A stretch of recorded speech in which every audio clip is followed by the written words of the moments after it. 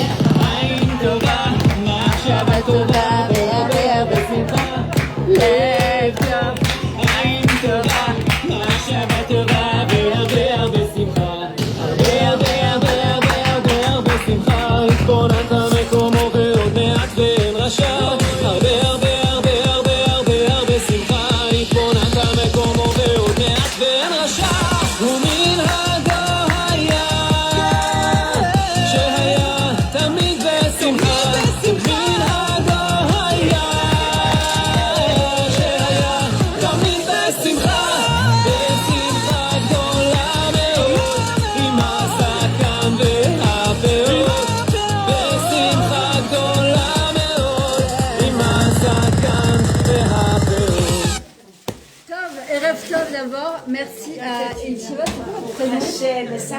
Sarah et Elisheva d'avoir ouvert votre maison. Surtout, je dis à la veille de Pessah parce que les gens ils sont déjà en panique. Mais Baruch Hashem, c'est une grande mitzvah de diffuser la Torah et que ce cours Bezrat Hashem, d'abord il soit pour la Harzara des Chatoufim, que Béhémet soit leur vraie sortie d'Égypte parce que les pauvres c'est pour eux, pour les parents, pour l'âme Israël, que les chayalim et les chayalot ils rentrent à la maison, Bezrat Hashem, que tous les gouïm et les psouim ils guérissent, Bezrat Hashem. Voilà, une choupa cette année. Amen. Bezrat Hashem, pas cette année.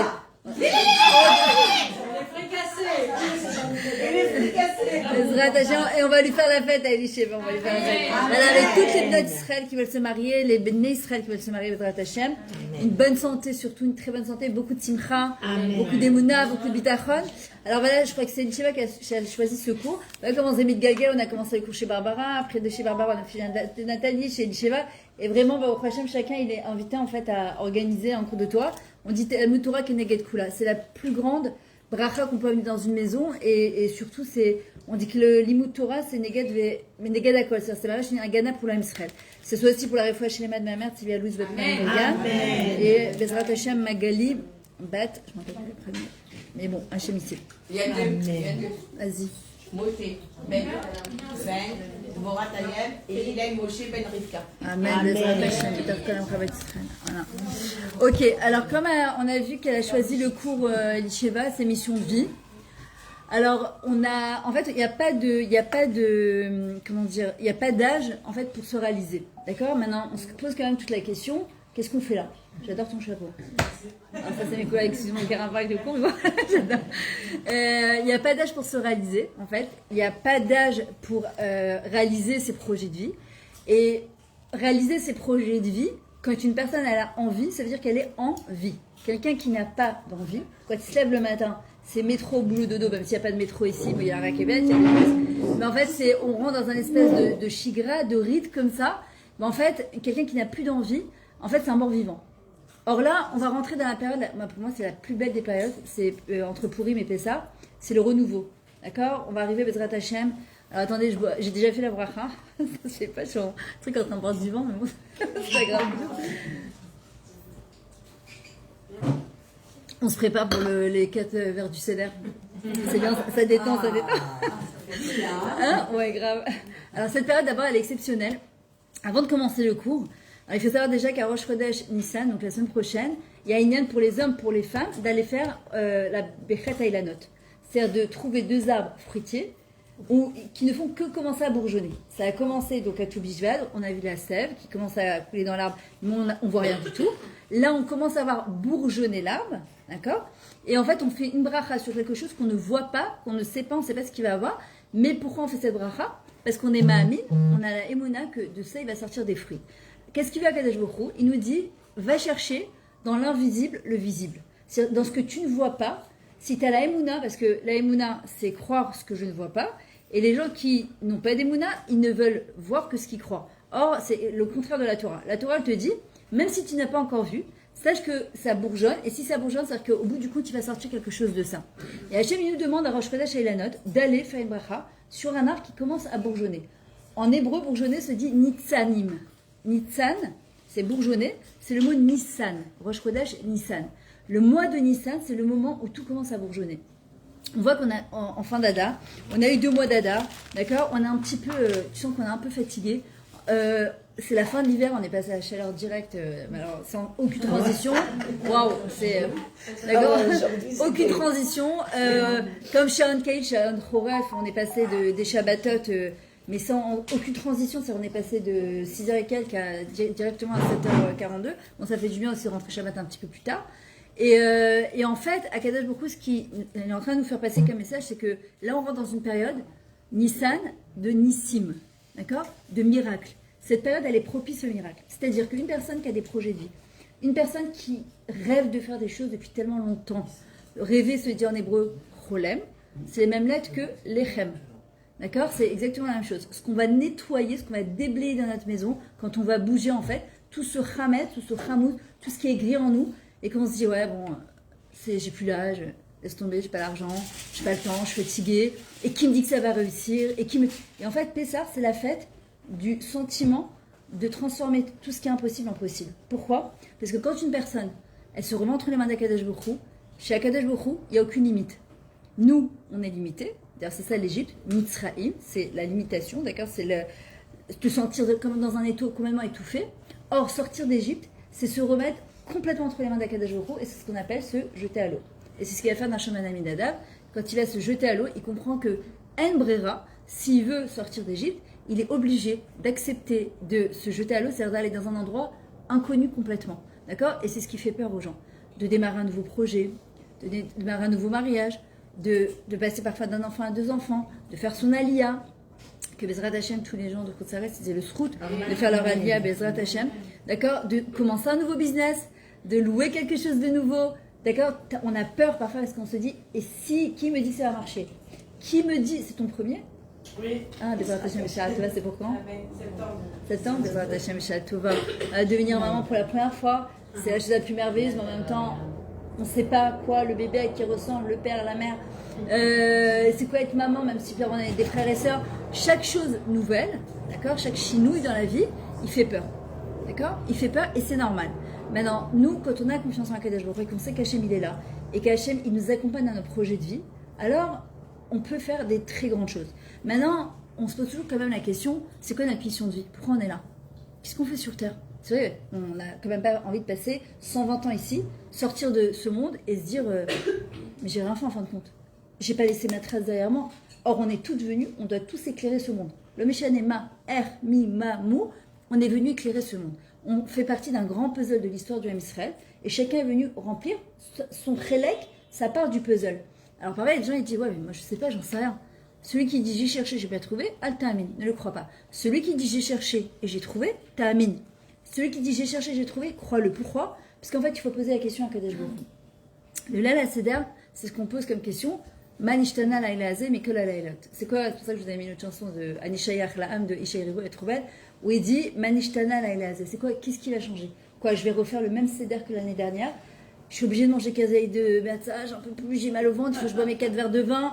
Les 4 enfants de la Haggadah, allez vite le Msouki, vite il faut dormir, vite on est crevé. On a... Non mais je me dis, c'est pas ça Pessah, quoi. On est très très très loin de la profondeur de la fête de Pessah. Pessah, c'est la fête de la liberté. Pessah, c'est la fête de la libération. Pessah, c'est ce qui nous permet, exactement, amen. C'est ce qui nous permet, en fait, d'exprimer et d'exprimer son potentiel, d'exprimer tout ce qu'on a eu envie toute l'année, qu'on se dit demain. On est beaucoup dans ce qu'on appelle la Darianout. La Darianout, c'est je repousse le lendemain ce que je pourrais faire aujourd'hui, parce que c'est pas le moment, parce que j'ai peur. Je suis sûre qu'on a tout un tiroir balagan à la maison, que tu ouvres, tu dis, on verra demain celui-là. Ou un rendez-vous super important que tu dois prendre et tu dis, oh, Mina chérie, mais ça répond pas, je tombe sur le répondeur, bon, on verra plus tard, d'accord?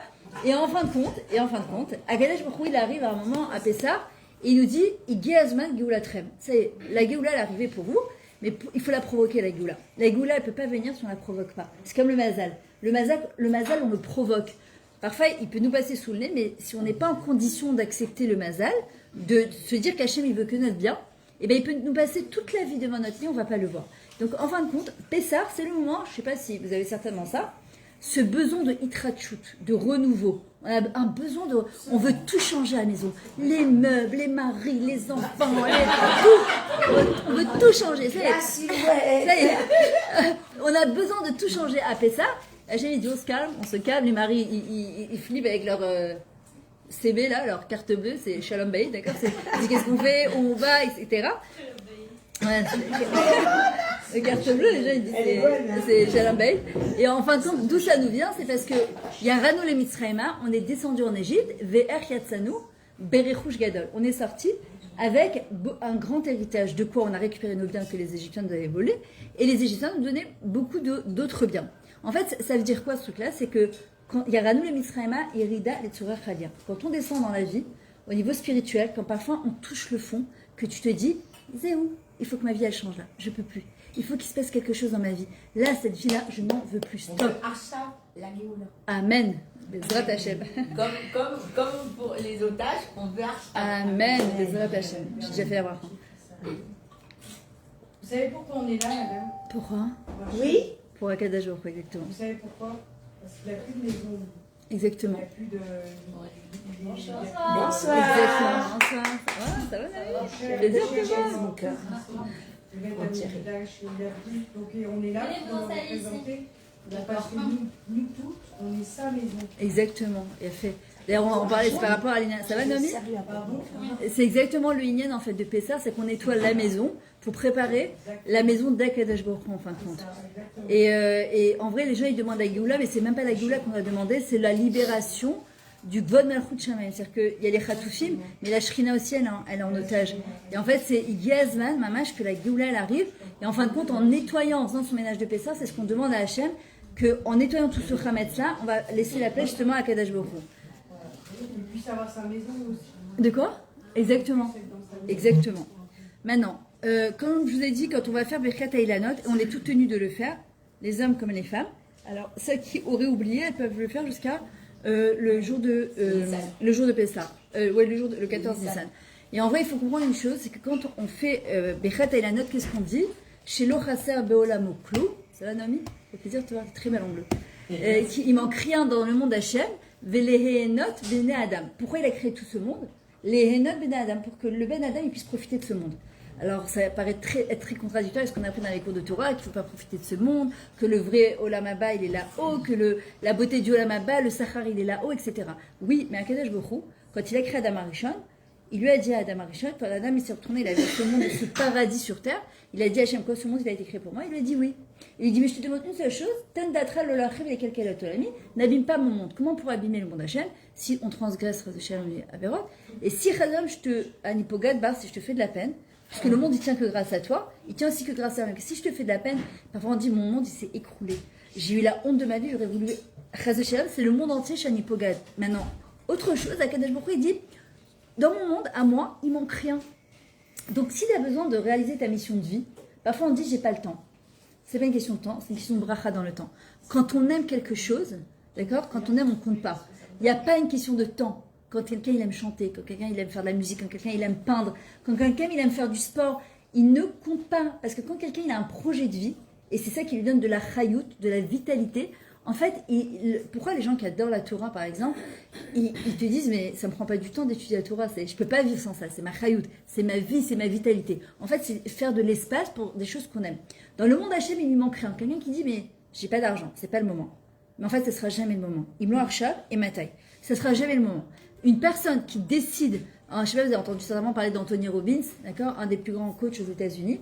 Son prof, c'était Jim Rohn.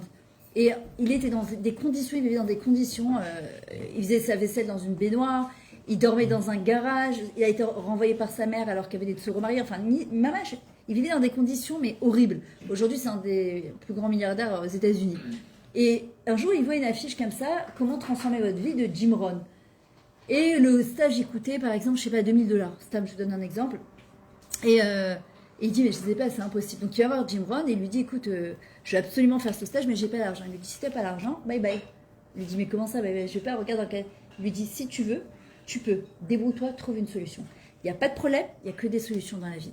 Et en vrai, il l'a challengé. Il m'a dit, débrouille-toi si tu veux vraiment. Si tu veux pas, tu diras, bah écoute, j'avais pas les 2000 $. Il a commencé à aller d'une banque à l'autre et à faire un emprunt. Et chaque banque lui refusait, t'as aucune garantie bancaire, qui tu es. Jusqu'à qu'il est tombé, il a persévéré par ça, jusqu'à qu'il est trouvé sur une banquière. Et la banquière, elle a pris en compassion, elle sentait quelqu'un de sincère, mais pas chute, qui n'avait pas la possibilité de le faire. Et elle lui a dit, écoute, je te prête de l'argent, moi, de mon compte à moi, et je sais, il lui dit, dans 1 an, je te les rembourse. Et dans 1 an, il m'a remboursé. Et en vrai, celui qui dit, je ne peux pas, le Rav Chaim Evologine, il dit, en davar kazé, je ne peux pas. Je peux, parce qu'Hachem, il peut tout. Et en vrai, celui qui veut se réaliser, qui dit, j'ai pas d'argent, en davar kazé. Parce que chez Akadosh Baruch Hu, lo chaser lo kloum. C'est ce qu'on dit le jour de Birkat Hayad. Ta mission de vie, d'abord, il faut poser la question à Hachem. Pourquoi j'ai le srout de passer encore un Pessah? On voit bien qu'il y a des gens qui n'ont pas passé après le 7 octobre, mais encore, on a le srout de passer encore Pessah. Pourquoi? Qu'est-ce que je fais sur Terre? Pourquoi je me lève tous les matins, je dis Modani, Lama, Stam, comme ça, sur encore une parmi tant d'autres? Non, haine d'avoir casé. Si je suis là encore, c'est qu'Hachem, il attend quelque chose de moi. Les gens qui sont partis, c'est qu'ils ont fini. En vrai, ceux qui sont partis sont très bien là-haut. Ils sont partis, malheureusement, Bekidouch Hachem, et dans des conditions atroces. Atroces. On n'espère pas partir comme ça, on espère partir à la fin de notre vie, comme il dit David Ameller dans cet élim, qu'on finisse notre tikkun normalement et qu'on quitte Mamash Bemintat Neshika avec un bisou d'Akadosh Baruch Hu, que la Neshama elle reparte à 120 ans. Mais entre-temps, qu'est-ce qu'on fait là? Pourquoi on est là?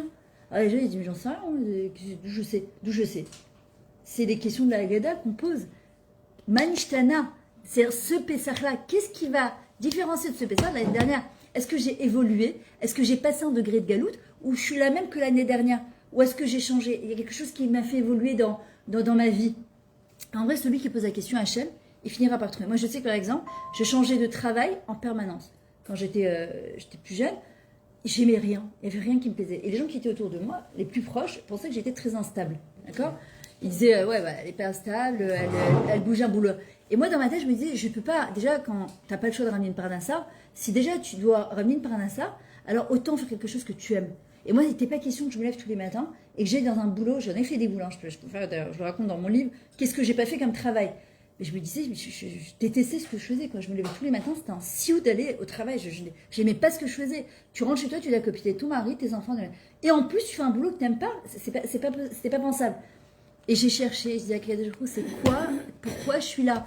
Je veux pas. Le but, c'est pas la parnassa. Le but, c'est de remplir ma mission de vie et qu'à travers ça, limite par Nesset. Vous comprenez la différence? Si je vais ramener une parnassa à travers le travail que j'aime faire. Au prochain, ça fait 17 ans que je fais ça. Et les gens parfois me disent, t'es pas fatigué le soir? Ça me remplit. En fait, de vous donner des mechayoti. J'en ai fait plein de travail. Et en vrai, celui qui demande, Hachem, il l'aide. Un beau jour, il y a quelque chose qui se présente à nous. Alors au début, évidemment, l'ego, il va te dire, mais non. Moi, je me rappelle, il me disait, il y en a tellement des conférencières et des rabbinites qui donnent des cours. Qu'est-ce que je vais pouvoir? En plus, à l'époque, j'avais à peine 32 ans, quoi. Qui c'est qui va venir écouter un cours d'une bonne femme de 32 ans, quoi? J'avais pas confiance en moi. Pour moi, j'étais insignifiante et inutile. Donc, imagine, quand tu te sens comme ça, qu'est-ce que tu peux apporter au monde? Mais en même temps, ça faisait des années depuis toute petite que Zaya Boher de l'intérieur, j'étudiais toute petite, j'allais à des cours de Torah. Et à un moment, quand tu as un trop-plein, j'y avais pas une fois, je sortais pas d'un cours de Torah, il fallait que je le retransmette à quelqu'un. Le pot, celui qui était sur mon chemin, mais Scan, c'était obligé. Ce que je me rappelle, ma mère m'a dit, mais je comprends pas, elle va donner des cours. On dirait, c'était, je t'attrape. Je suis obligée, ça sortait, quoi, il fallait que ça sorte. Transmettre. Voilà. Et jusqu'à que, comment dire, un jour ça s'est présenté, ensuite je suis partie au Kever Rachel, et j'ai dit à Kadosh Baruch Hu, voilà, si ma mission de vie c'est de retransmettre la Torah, alors ouvre-moi les portes. Je ne sais pas par où commencer, je ne sais pas, mes enfants étaient encore petits, j'ai eu la peine d'avoir mon permis de conduire, et je me rappelle quand j'ai eu mon permis de conduire, j'ai dit à Hachem, je ne sais pas ce que j'en ferai, mais je ferai des mitzvot avec. Je ne savais pas que 6 mois après, je donnerais mon premier cours de Torah. À Kadosh Baruch Hu, quand tu lui poses la question, qu'est-ce que je fais là? Pourquoi je suis là? C'est quoi mon tafkid sur terre? Qu'est-ce que je suis censée apporter? En fait, tu ouvres grand tes yeux et tes oreilles. À Kadosh Baruch Hu, il va te mettre les bonnes choses sur le chemin. Quelqu'un qui ne se pose pas la question, déjà, ça peut lui passer sous le nez 10 000 fois, il ne le verra pas. Et celui qui reste Bemitzraïm, en Égypte, comme Israël, Metzar, dans les limitations, d'accord, de son ego, c'est pas de la Neshama. La Neshama, elle nous crie tous les jours, laisse-moi exister, laisse-moi, donne-moi à manger. Et on lui dit, tu sais quoi? Attends, je vais faire les magasins pour Pessah, je vais acheter plein de nouveaux habits. La brute, on va faire chez nous. Mais c'est pas ça qui va nous donner à manger. Ça, c'est bien, c'est sympa, mais c'est juste une joie de l'extérieur. La vraie joie, c'est quand une personne elle touche sa mission de vie de l'intérieur. En fonction des midotes que l'on a, est-ce que ça nous donne aussi un indice sur notre mission ou pas? Ouais, bah Vadaï, c'est une très bonne question. Par exemple, un truc que tu sais que c'est dur pour toi de travailler, il y a des gens qui sont colériques, qui sont impulsifs, qui sont jaloux, qui n'arrivent pas à pardonner, qui sont kamtsanim. En vrai, en fonction de ça, parfois, moi, il y a vraiment une femme, elle m'a dit, ah moi c'est une boum, cache-route, Shabbat, elle dit, il y a un truc qu'il ne faut pas me demander, c'est la tiout. Je lui dis, c'est ton petit coup, ma chérie. Ah mais je peux tout faire sauf la tiout. Ah mais je peux pas. C'est les trucs là, elle je peux pas. Alors je lui dis, bah, c'est mais elle peut pas. Dit Hachem. Avec moi, voilà. Ben, c'est en fait, c'est de deux. Écoutez les paroles, je sais pas si vous comprenez l'hébreu ou pas. Je vais vous expliquer. Je vais traduire. Elle est trop belle cette chanson.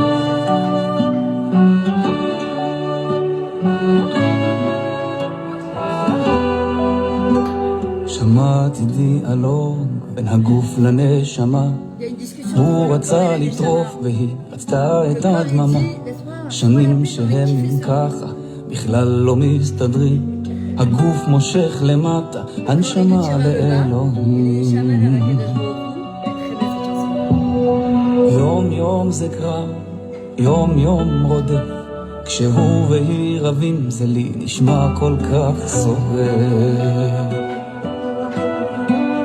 הגוף אמר לנשמה, עזבי כבר תני לי מנוחה רוצה לנשום את השלווה, רוצה לחיות בשאלה אמרה הנשמה לגוף, מתי תפסיק את הטירוף אולי מחר אצא ממך, נצל כל עוד אני שלך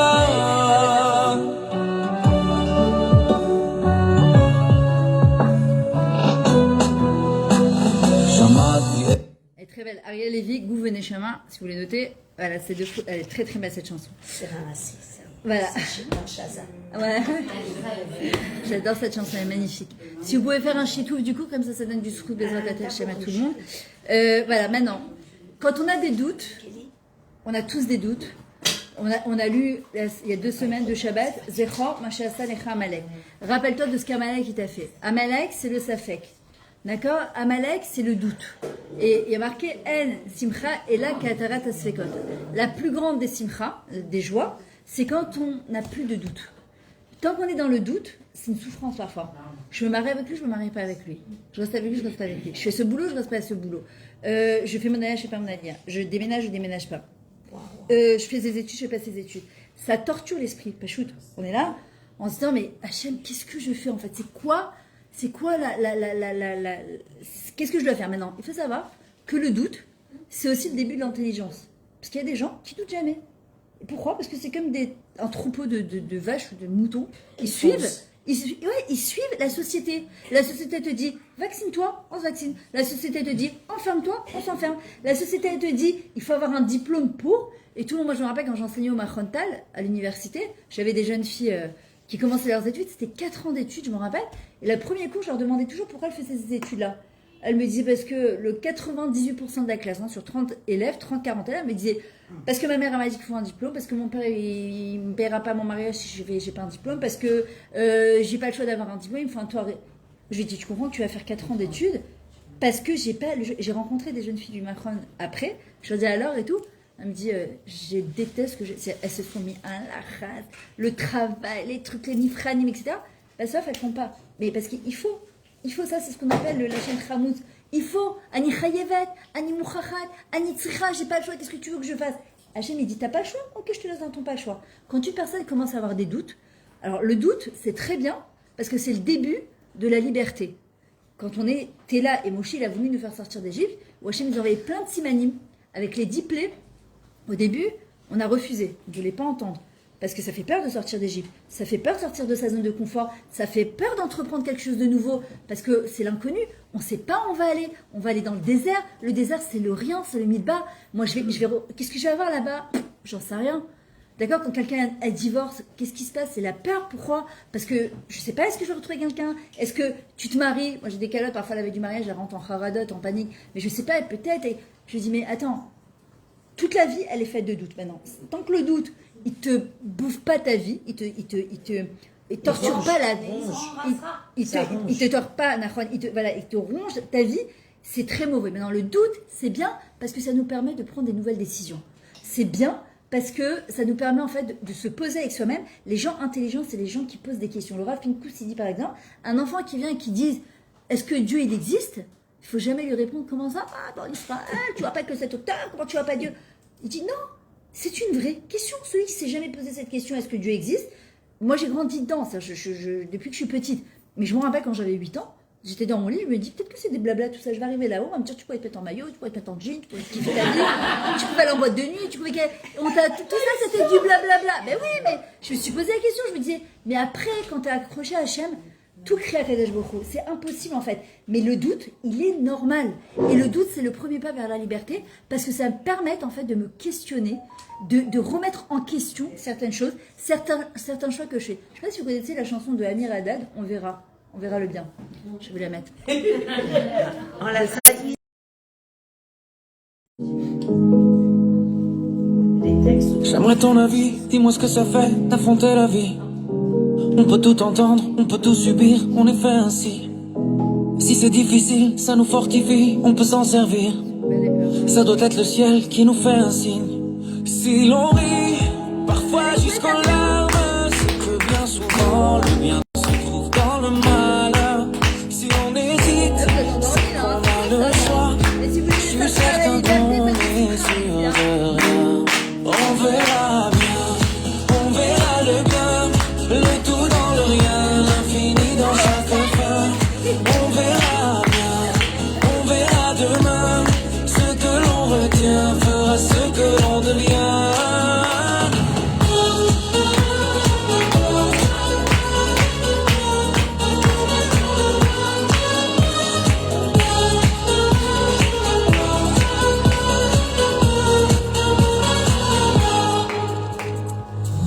Tu sais, le cœur est...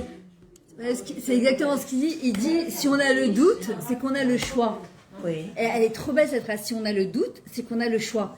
Quelqu'un qui n'a pas de choix et qui n'a pas de doute, en fait, il vit une vie complètement monotone, exactement. Une vie... Oui, mais il y a priorité. Ouais. Non, c'est pas c'est côté pour nous. C'est surtout votre dos. Si vous voulez, vous pouvez vous asseoir par là. Oui, vous allez là. Si vous voulez, on échange. Ma soeur est chaude. Ah ouais, je viens. Voilà. Allez-y. Excusez-moi. Non, c'est pas grave. Et les courants d'air, ouais. Oui, il faut se méfier. Hein. En avril, ne te découvre pas d'un Hein. Ouais, bah en Israël, tu peux. Hein. Quand même un petit peu là. Un petit peu quand même. Hein. Aujourd'hui, on était sur. Ah ouais, très. Alors, Excuse-nous. non, colle-toi. Tu veux de l'eau? Alors, le doute, en fait, le doute, il nous permet de nous questionner. Oui. Et le doute, il nous permet de se remettre en question. D'accord? C'est-à-dire qu'en vrai, toute l'histoire de la Haggadah, c'est un questionnement. C'est une suite de questions. On voit bien le Tam, le Racha, le Sheno Yodé Alishol, le Chacham. Il vient, le Chacham, il nous dit, attends, tu comprends ce que tu fais? Tu sais c'est quoi Pessar? T'es juste quoi en train d'enlever des miettes de pain? Franchement, vous croyez vraiment c'est ça Pessar, d'enlever des miettes de pain? On en mange toute l'année, puis 8 jours, on est Chayav Karet, Chayav. Il nous remet en question. Sheno Yodé Alishol, c'est celui qui se pose jamais de questions. Il fonce, la tête la première, il se pose jamais de questions. C'est comme quelqu'un qui est sur une autoroute, puis un jour il est surpris par un... Mais allô, c'est que la vie c'est pas une autoroute. Il y a des stops, il y a des feux, il y a des tournants, il y a des... la vie elle est pas... C'est pas un long fleuve tranquille, non, non. Chez Noyode Aïcha, le rachat, c'est celui qui vient et qui se moque un petit peu de nous, qui dit à sa mère, attends, là tu me parles de liberté, tu ressembles à une Cendrillon, c'est une blague. Regarde dans quel état tu es, tu hurles, tu cries la veille de Pessah, c'est un enfer à la maison. De quoi tu parles? C'est quoi Pessah? Et le Tam, c'est celui qui est dans la tmimout, l'intégrité. Et en vrai, la Haggadah, elle vient, justement, Tam, c'est même net que Met. C'est les gens qui font les choses de manière tout à fait... alors, c'est bien de faire les choses dans l'intégrité, mais il faut qu'on se pose des questions. Moi, j'ai commencé mes premiers cours, parce qu'un jour, je me suis dit, attends, je vais passer 120 Pessah, 120 Rosh Hashanah, 120 Kippour, et Bezrat Hashem. Et je me disais, ok, mais pourquoi? C'est quoi? Pour moi, c'est Chasser Mashmaout. Adam, il a croqué une pomme, la Chaval a croqué une pomme. Blanche-Neige, je se réveille, elle a pris 100 ans, on a 5000. C'est le moment de galoute pour une pomme croquée. Non, Bémet, ça va. En plus, la pomme, c'est chrétien, c'est même pas juif, d'accord? Mais à un moment, il faut mamage se poser et se dire, 2 secondes, je me lève tous les matins, pourquoi? Est-ce que j'ai l'impression de bien remplir ma vie? Est-ce que je suis... Parce que quand quelqu'un qui remplit bien sa vie, il est sa mère, la brute. Là. Tiens, j'ai 2... Ah, mais... Ça m'arrive souvent. Ah ouais, ça va? Juste que je n'oublie pas à la fin. Tu as attrapé froid. Shannon, tu as attrapé froid. Tu as attrapé froid. Une fausse route. Ah bon, bah attention. Tu vois, même dans ça, il y a des fausses routes. Attends, c'est...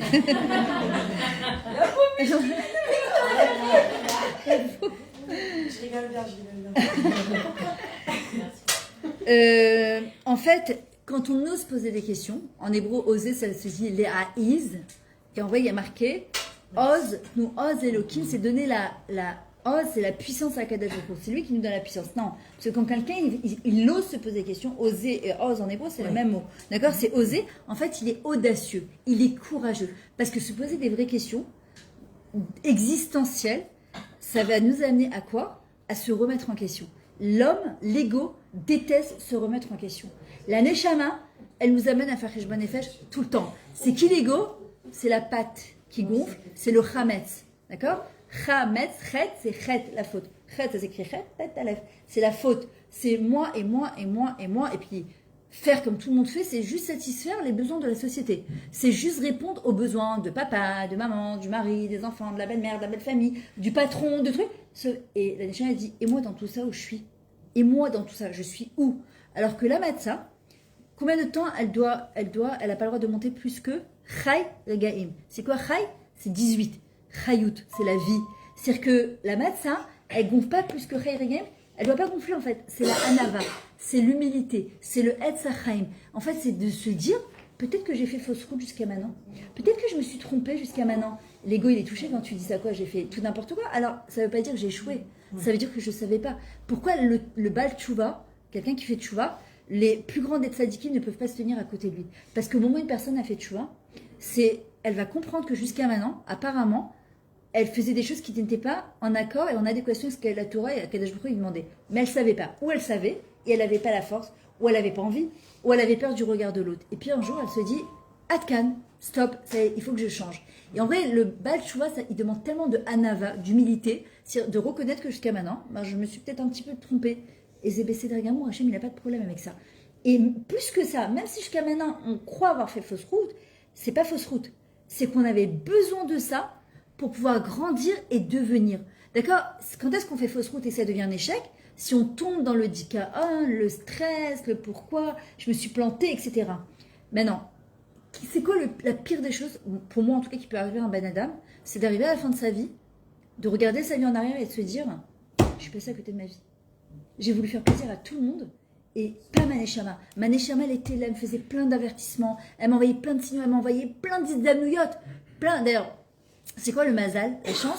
C'est quand la mouchanout pogeshet izdanout. C'est quand quelqu'un il est prêt, elle va rencontrer l'opportunité. Quand quelqu'un il n'est pas prêt, il n'est pas prêt à s'ouvrir.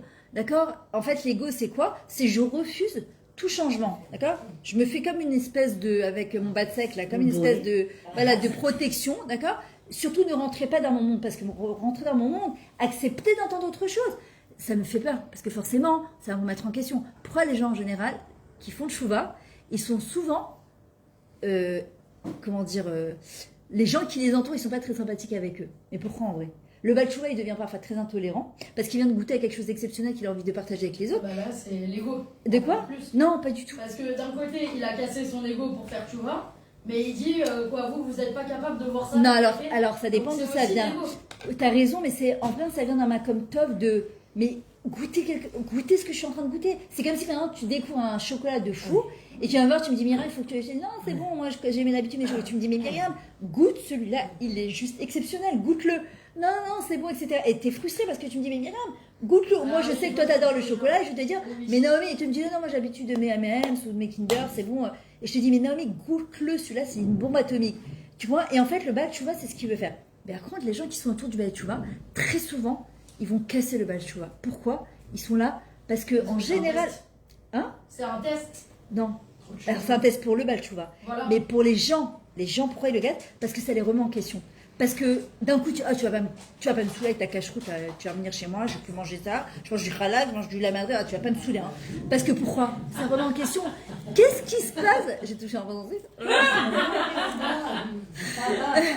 Qu'est-ce qui se passe? Qu'est-ce qui se passe d'un coup? Ah, ça y est, tu deviens tniout, là, comme les trucs, là, qu'est-ce que tu nous fais, là? Oh là là, ça y est, elle va nous faire la vie, là, elle va nous faire la mort, elle va plus aller à la plage, ça remet en question. Pourquoi? Parce que quand une personne, elle touche sa mission de vie sur Terre, son arbre devient. Et quand un arbre devient, il donne ses plus belles fleurs, l'arbre d'à côté qui ne devient pas, qui est en train de se faner, ça le remet en question parce qu'il dit, mais qu'est-ce qui se passe? Pourquoi cet arbre-là, il est en train de donner le meilleur de lui-même? Akadosh Baruch Hu, quand il nous permet de nous lever tous les matins, il nous dit justement, voilà, sachez que vous pouvez donner le meilleur de vous-même. Je crois en vous. Et justement, le lien de Birkat Haïlana, c'est qu'Hachem, il dit, même si tu as un projet de vie, n'aie pas peur de commencer. Juste commence. Juste commence. Pourquoi? Parce qu'on dit, non, mais moi, par où je vais commencer? Par où? La Géoula, elle arrive, Kima est marqué dans même dans la Gada, c'est petit peu par petit peu. Et puis, pitom, tout s'ouvre. Quand la mer, elle s'est ouverte, c'est pas comme dans Charlton Heston, elle s'est ouverte en 1. Pas du tout. Elle s'est ouverte en 12. On a commencé à avancer. Les Égyptiens qui nous courent derrière, on a peur. Imaginez le Méhamloise, il dit chaque vague elle fait 1800 mètres de hauteur. Ils sont avec leurs femmes, leurs enfants, ils regardent les vagues, ils savent pas où ils vont, c'est le désert total. Et derrière il y a les Égyptiens, donc ça veut dire revenir en Égypte. Et ça c'est pas possible de revenir en Égypte. Et Hachem il leur dit avancez, Moshe leur dit avancez, Narshama dit avancez, exactement avancez, juste avancez. Et puis à un moment il y a marqué va Maim Igo Ad Nafesh. C'est-à-dire que l'eau elle est arrivée jusqu'à là. C'est quand parfois dans notre vie on se dit Adkan, il faut que ma vie elle change. Il faut qu'il se passe quelque chose dans ma vie. Et là, la mer, elle va s'ouvrir complètement. Ils vont traverser d'un trait jusqu'au Midbar. Et la mer va se refermer sur les Égyptiens. C'est qui les Égyptiens? Les peurs, les doutes, les angoisses, les stress. Et pourquoi? Les candidatons, le manque d'Emouna, le manque de Simcha. Hachem, il dit avance, avance, avance, avance. Et puis à un moment, pouf, Hachem, il renverse tout. Pourquoi? Parce qu'on s'est accroché, on a été matpide, on a été persévérant. Et en vrai, une personne, si elle pose des vraies questions, toute la Gada, c'est une suite de questions. Manishtan alayla azem. En vrai, qu'est-ce qu'on va raconter le soir du Seder? Vous savez quoi, on va raconter les trucs de nos grands-parents. Ça, on le fait tous les ans, c'est sympa, mais c'est long. Non, c'est pas ça qu'on raconte. enfants qui chantent. Ouais. Nachon, mais il y a marqué Vigatal et Bincha. Tu racontes, mais qu'est-ce que tu racontes à tes enfants? Ils savent lire, hein, nos gosses, ils sont en Israël. Alors qu'est-ce qu'on raconte à nos enfants? Il a fait, alors qu'est-ce qu'on leur raconte? Qu'est-ce qu'on raconte à nos enfants? C'est quoi La Vigatal? sortie d'Égypte. Mais laquelle? D'Égypte, Laquelle? la Gada. Non, la nôtre, notre sortie d'Égypte. C'est la mitzvah de Vigatal et Bincha, c'est notre sortie d'Égypte. C'est qu'est-ce qu'on va raconter à nos enfants? Regarde cette année ce qui s'est passé. Par exemple, depuis, moi j'ai des messages Facebook là en ce moment, des gens qui me disent depuis le 7 octobre ma vie a changé, je suis tombée sur votre cours, ça m'a transformé la tête. C'est bien. Voilà, mais qu'est-ce que moi je vais raconter à mes enfants? Qu'est-ce que je vais raconter avec Gatal et Bincha? L'autre mitzvah de Pessar, c'est quoi? Chayav Adam Lirot et Etzmo, qui est ilou. L'homme, il est obligé de se voir comme si, qui est ilou, il sortait d'Égypte. C'est quoi qui est ilou? C'est qui ilou, Bémet? C'est quoi comme si? Alors, qu'est-ce qui se passe? C'est que quand tu te projettes dans quelque chose, le Yetzirah, il est tellement fort à ce moment-là qu'il va te dire qu'est-ce que tu crois que tu vas réussir? On a des tonnes comme toi, des magasins, des trucs de massage, des trucs de roupotes et des trucs des conférencières et des magasins d'habits. Pourquoi toi, tu réussirais plus que quelqu'un d'autre? Il y en a déjà une tonne sur le marché. Tu vas rien apporter de plus. Pourquoi toi, Dafka? Et en vrai, le Harizal, à Kadosh, il dit c'est pas un plus, c'est pas une sorte de coaching, hein, la Gada de Pessah. Le Harizal, il dit Chayav, c'est la mitzvah de l'Ela Seder. C'est-à-dire que quand on va commencer à lire Chayav Adam Lirot et Etzmo, qui est lui, on la chante comme ça, on doit s'arrêter 2 secondes, fermer les yeux et se dire ok, j'ai 10 ans, 15 ans, 20 ans, 30 ans, 50 ans, 60 ans, 70 ans. Est-ce qu'il y a des projets que j'ai toujours pas réalisés et que je me dis laisse tomber, c'est trop tard, c'est pas le mal. On s'arrête 5 minutes. On s'arrête exactement tant qu'il y a de la vie, il y a l'espoir, comme disait Rabbi Nachman, ou Baal Shem Tov, je me rappelle, Kozman Shanek Erdolek, Efsha et Taken, tant que la Neshama, le nerf c'est la Neshama, la bougie, elle est encore là, Tamid Efsha et Taken. Et pouvoir se dire qu'à la fin de notre vie, on pourrait regarder nos enfants, nos petits-enfants et leur dire je suis fière, je suis contente de la vie que j'ai eue. Amen.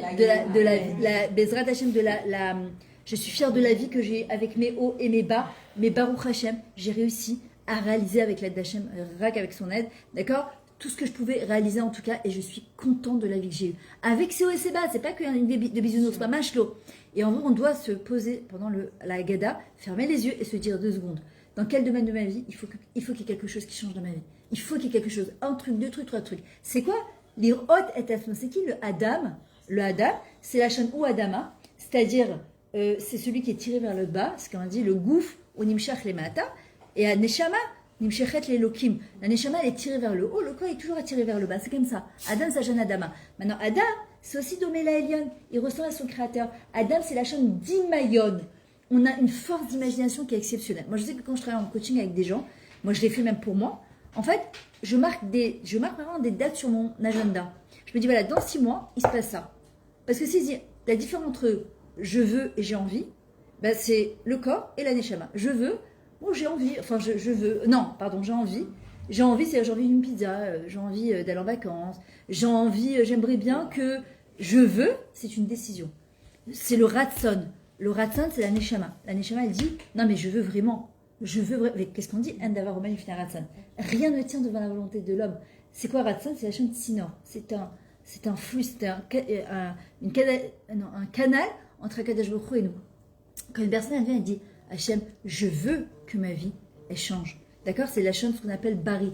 Ani Bocheret, je choisis que ma vie, elle va changer. Ani Rotsa, je veux que ma vie, elle change. Ani Yotzeret, je vais être créative. Il faut qu'il se passe quelque chose, d'accord? Parce que si je reste assis sur un canapé en train de pleurnicher sur ma vie et de me lamenter sur mon sort, il va rien se passer du tout. C'est même pas la peine. Hachem, ce qu'il dit à Nachman Aminadav, vous resterez en Égypte, il y a les Égyptiens, donc il faut qu'à un moment, quelqu'un y fasse le premier pas. Et Hachem, il le fera jamais pour nous, pour qu'on ait ce sipouk. Le sipouk, la satisfaction, c'est la même lettre que safek. On avait un doute, mais on a ce sipouk de se dire, je l'ai fait. Je me suis jetée à l'eau. Je suis allée envers et contre tous les regards des gens. J'ai fait face à toutes ces peurs-là qui me tétanisaient, qui me terrorisaient, qui m'empêchaient d'avancer. Et en vrai, Akadosh Baruch Hu, c'est ce qu'il nous dit, avance. Ve'ani, Bari, c'est Bed, Resh, Yud, et Aleph, Zev Sharer, Afouri, c'est possible pour moi. Parce qu'il y a des fois, tu dis, bon, ça n'arrive qu'aux autres. Ceux qui font des grands projets, des belles choses. Ça arrive. Non, elle a eu de la chance, Bémicré, un micré. Il n'y a pas. De quoi? Elle a su choisir sa chance. Elle a choisi, elle a attiré surtout. Quand une personne, elle se lève le matin et qu'elle se dit, moi c'est ce que je disais avant, je raconte aussi dans mon livre, je disais tout le temps, j'ai pas de chance. Mais vraiment, je me disais toujours, mais j'étais plus jeune, hein, moins de séchel.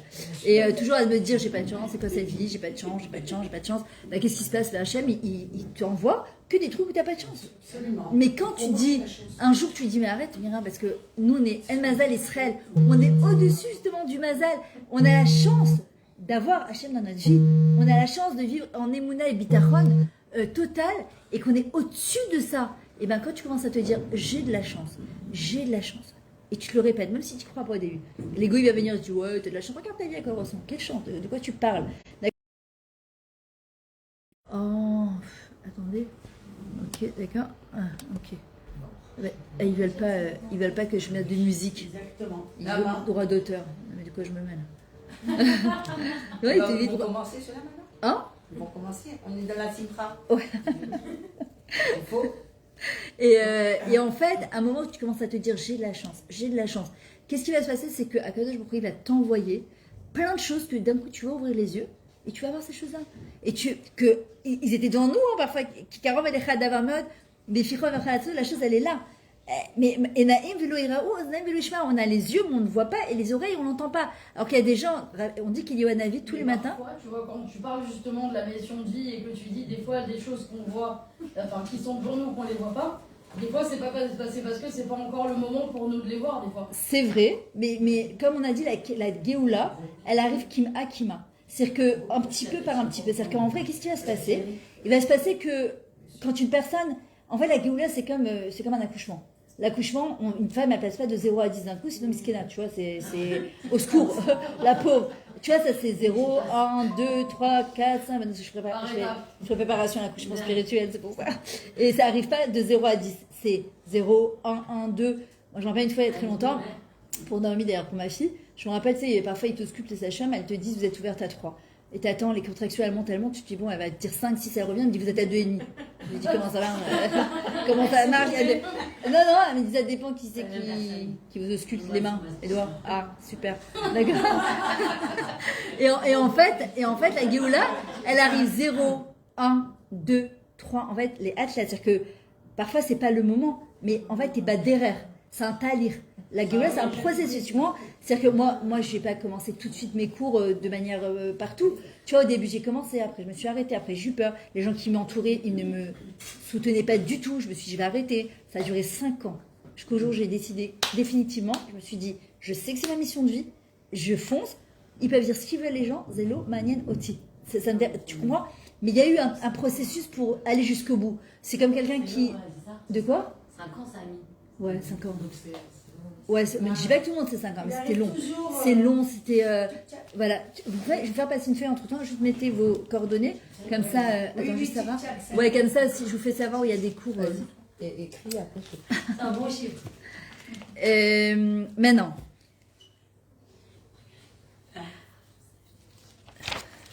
Maintenant, le doute c'est bien, mais à condition que ça ne devienne pas une défiance de la vie. Parce qu'il y a des gens, ils deviennent défiants, méfiants, ils n'ont plus confiance en personne, ils n'ont plus confiance en la société, ils n'ont plus confiance en Dieu. Ça, voilà, et ça c'est super mauvais.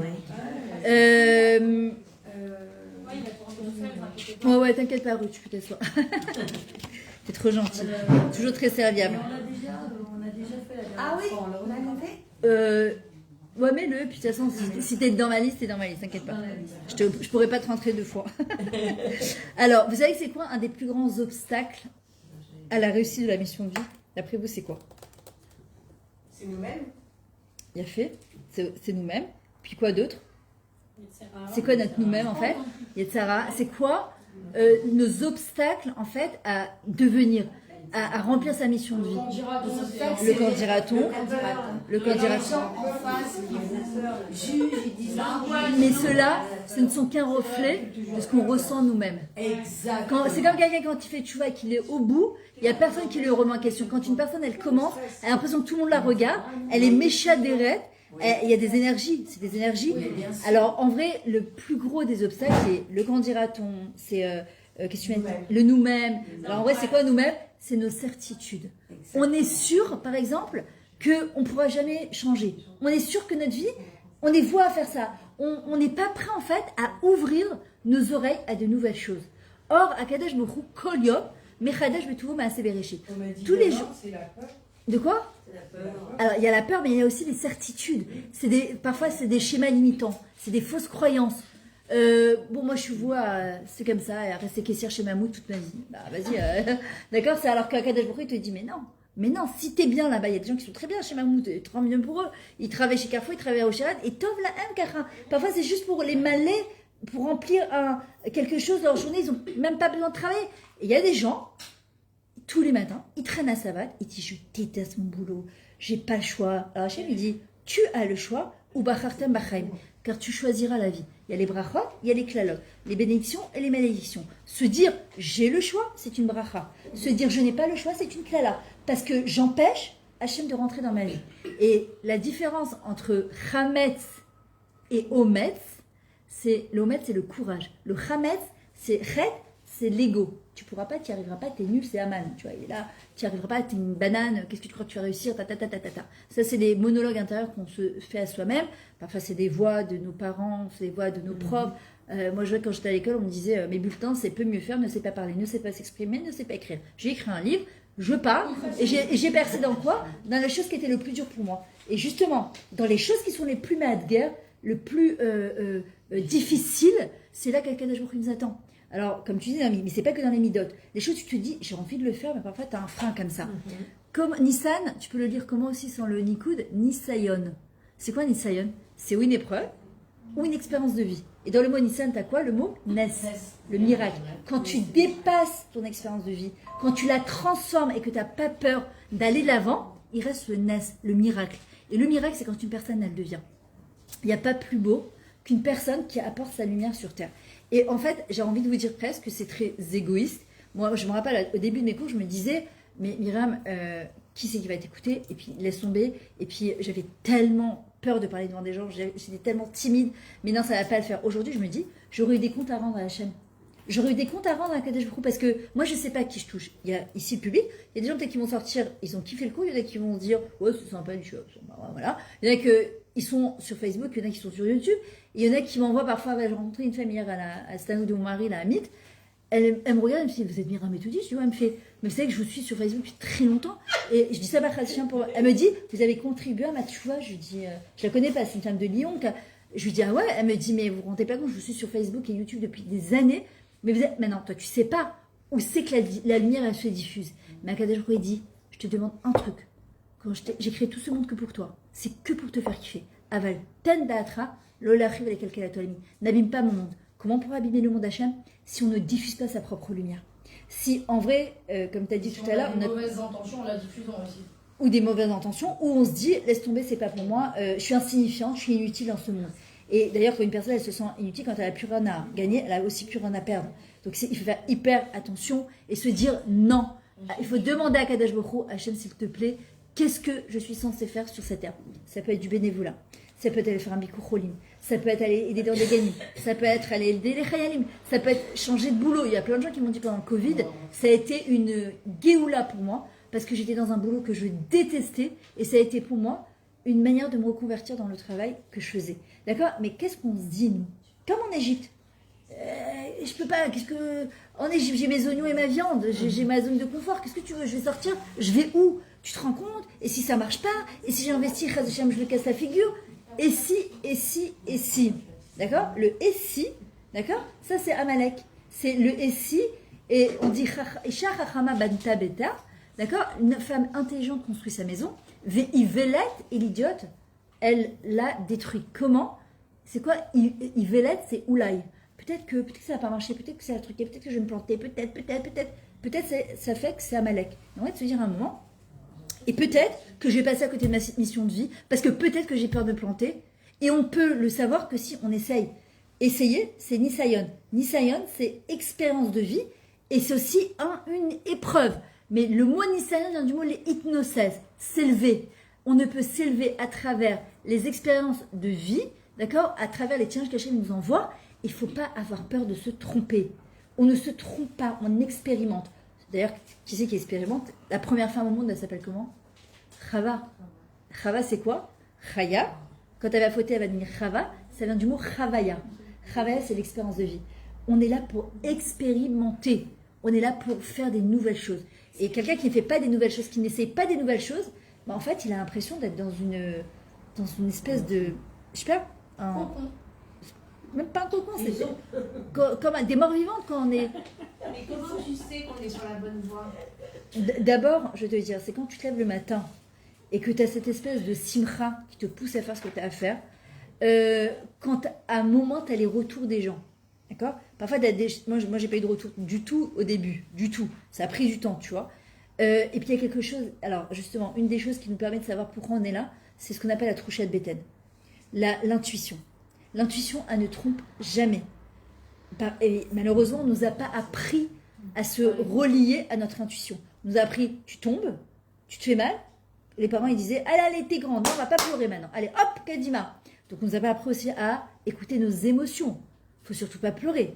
Et en vrai, c'est pas vrai. C'est-à-dire que, comment tu sais, d'abord, il faut demander à Kadosh Baruch Hu. Est-ce que je suis dans la même voie? Est-ce que Bémet, je remplis bien mon rôle? Est-ce que je travaille bien sur mes bidettes? Est-ce que je te fais plaisir? Est-ce que je me remplis? Est-ce que j'apporte quelque chose dans ce monde? Hachem, il t'enverra toujours. Ça peut être une vidéo, un truc dans la rue. Tu vas passer, regarde. Je te raconte un truc, un jour, je me rappelle, c'était veille de Rosh Hashanah.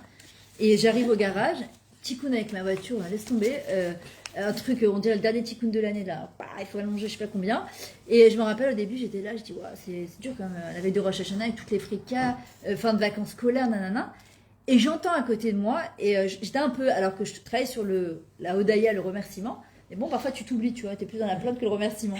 Et j'entends un monsieur à côté, en tout cas d'apparence pas du tout religieux, qui commence à dire, il dit, ah là, je te comprends pas ce qui m'est arrivé avec ma voiture, elle est tombée en panne, et puis je la mets au garage, et elle marche plus du tout.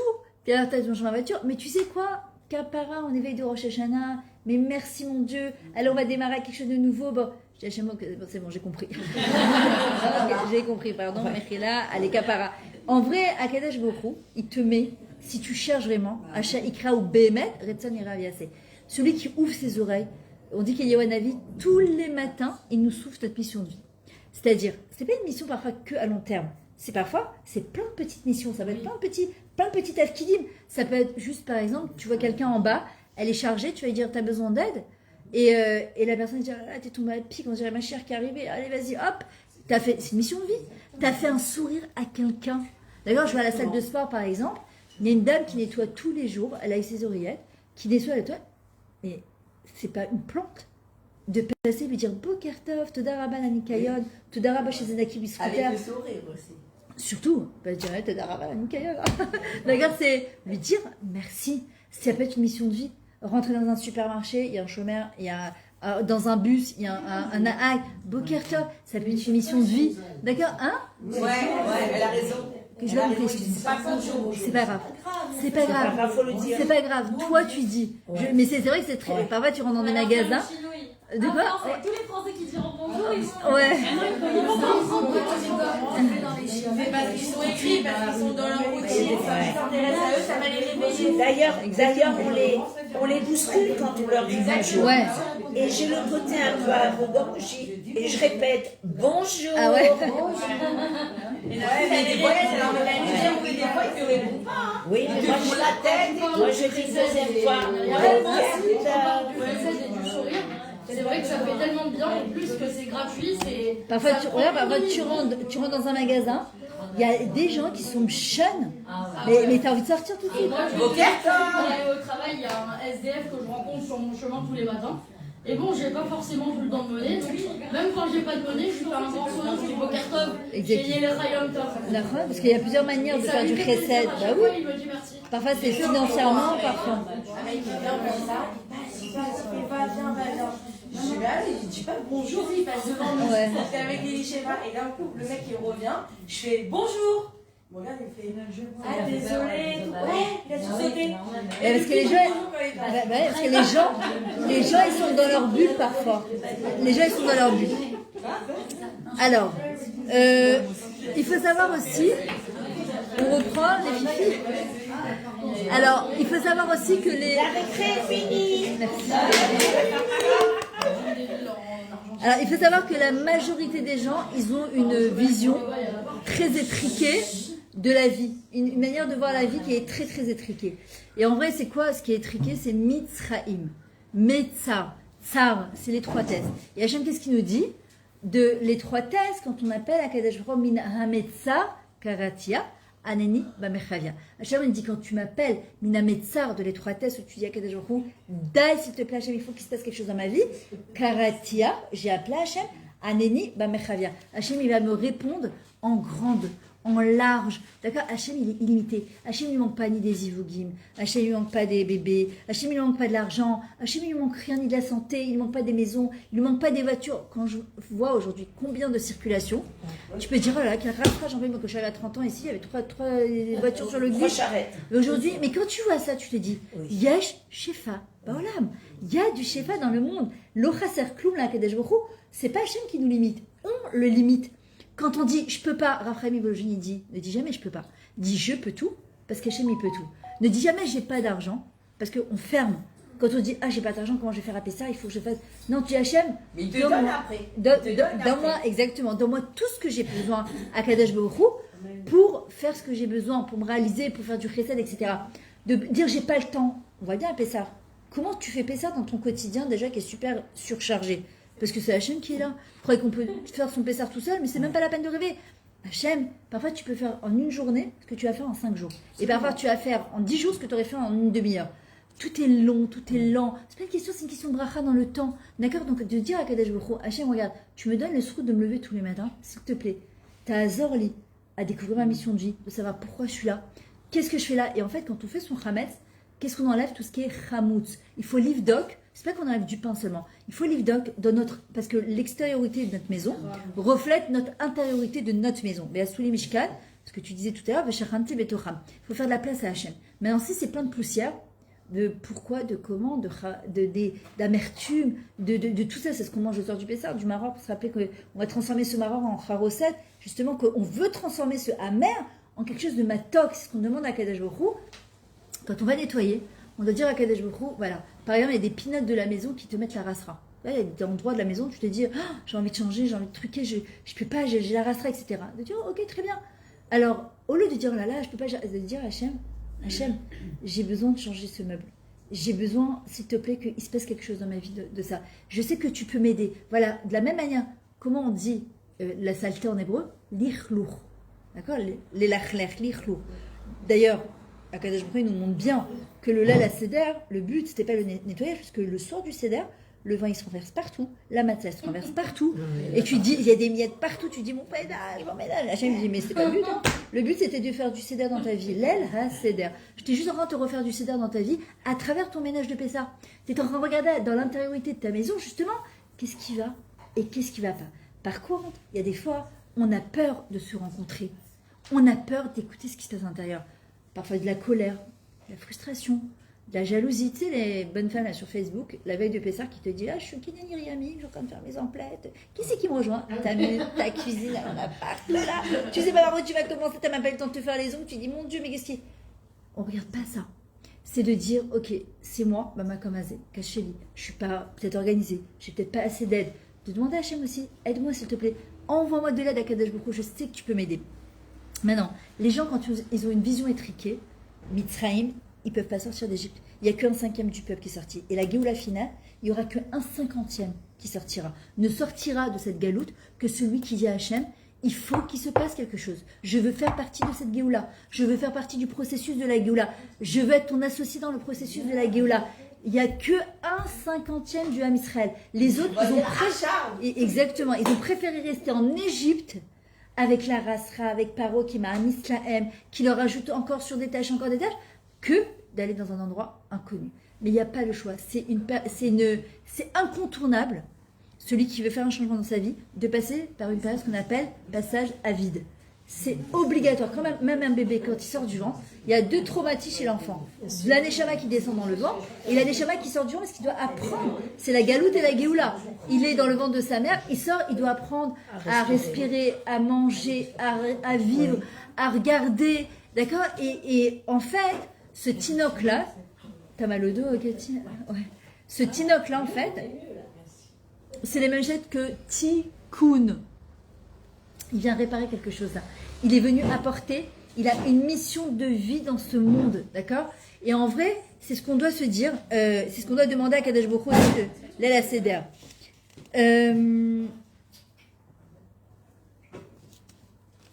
Voilà, une personne qui accepte en fait de changer sa manière de voir dans la réalité qui est devant elle. Parce que comment tu prends par exemple, tu vois un mariage, tu as deux personnes qui sont assises à table. Une elle va sortir, elle te dit c'était génial. L'ambiance a été c'était la cale, qu'est-ce qu'elle était. Et l'autre elle sort, elle te dit j'en passe les 7h04, on peut pas parler. Et franchement, quelle baltacherie, tout ce qu'il jette, franchement, c'est péché. Puis c'est bizarre la robe de la cale, mais c'est quoi ce maquillage, je l'ai pas reconnu, c'est quoi? Attends, on est au même miroir, le même mariage, la même table, la même nourriture, les mêmes khatanim. Mais c'est pas les mêmes gens. Ah, la même chose. Comment ça, les mêmes gens? Non, c'est pas les mêmes égos. C'est ça. C'est la manière d'interpréter. C'est la même réalité. Ça dépend comment on choisit d'interpréter cette réalité.